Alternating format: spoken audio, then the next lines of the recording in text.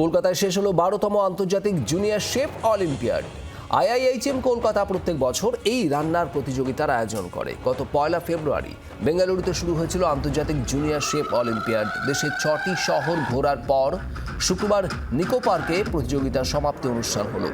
40টি দেশের প্রতিযোগীরা এবারের রান্নার প্রতিযোগিতায় অংশগ্রহণ করেছিলেন। এই প্রতিযোগিতার মাধ্যমে ছাত্রছাত্রীরা আন্তর্জাতিক ভাব বিনিময়ের সুযোগ পান, যা তাদের উৎকর্ষ বৃদ্ধিতে সহায়তা করে। এটা 12 বছর ধরে হচ্ছে। প্রথম যখন আমরা শুরু করেছিলাম 2015 সালে, 15টা দেশকে আমরা নিয়ে করতে পেরেছিলাম এবং 60টা দেশ 50টা দেশ এখন প্রতি ইয়ারে আসে।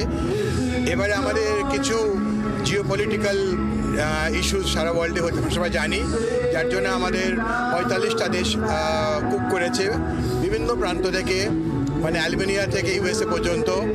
এবং এটা একমাত্র ইন্ডিয়াতে অনলি ইভেন্ট যেখানে 50টা দেশ আসে, অনলি ইভেন্ট।